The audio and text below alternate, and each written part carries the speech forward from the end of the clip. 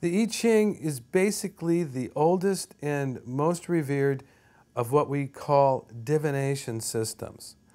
A divination system is a collection of archetypes that can be used to stimulate the intuition based on the principle of synchronicity. Both the term archetype and synchronicity were defined by the great depth psychologist Carl Jung, who spent 30 years studying the I-Ching, and he also studied tarot and astrology. Basically, what synchronicity means is there are no accidents. Coincidences have meaning. So for instance, in a tarot card reading, the cards that you pick while you're focused on a topic or a dilemma are the cards that you're meant to pick. They're the cards that have messages. Now, how can we be sure they have messages? Because they represent an archetype. In tarot, it's got 78 cards representing 78 human archetypes, or qualities of energy or situations that human beings have to deal with or find themselves in. In the I-Ching, it's a set of 64 archetypes. So it's dividing out the human condition into 64 slices. And these are balanced sets of archetypes. So when you apply the synchronicity principle to turn up cards while you're thinking about something, those cards have a message that's related to something inside of you, because that's the definition of an archetype.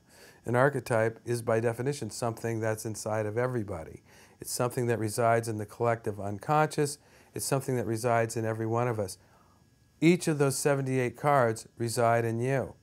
Each of those 64 hexagrams are part of your life. They come up now and again, but they're all there. So the ones that come up for you when you do a divination ritual, when you use a divination system, are the ones that you're supposed to pay attention to right now. I fell in love with the I-Ching when I was in college. I was introduced to it by this cute girl, and at first I was a smart aleck and I made fun of it. Lo and behold, the I-Ching made fun of me back. Then I tested it. It tested me back. It was at that point that I realized that this thing was serious, that this ancient sage, the spirit of an ancient sage, was not going to allow itself to be manipulated or ridiculed by a peon like me. And I got instant respect for it and started using it at the age of 19, and I've been using it ever since. It has helped me avoid more mistakes than I can recount. But I don't use it too often. I only use it when I have a problem that logic can't handle. Logic's a decent tool. It's limited. It can handle a lot of things. There's a lot of problems that can be solved with a spreadsheet.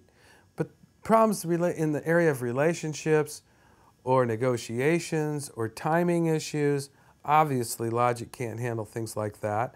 You have to bring intuition into the mix and let it play a role. So I see divination systems as a way to stimulate intuition, to think outside the box around problems that logic can't handle.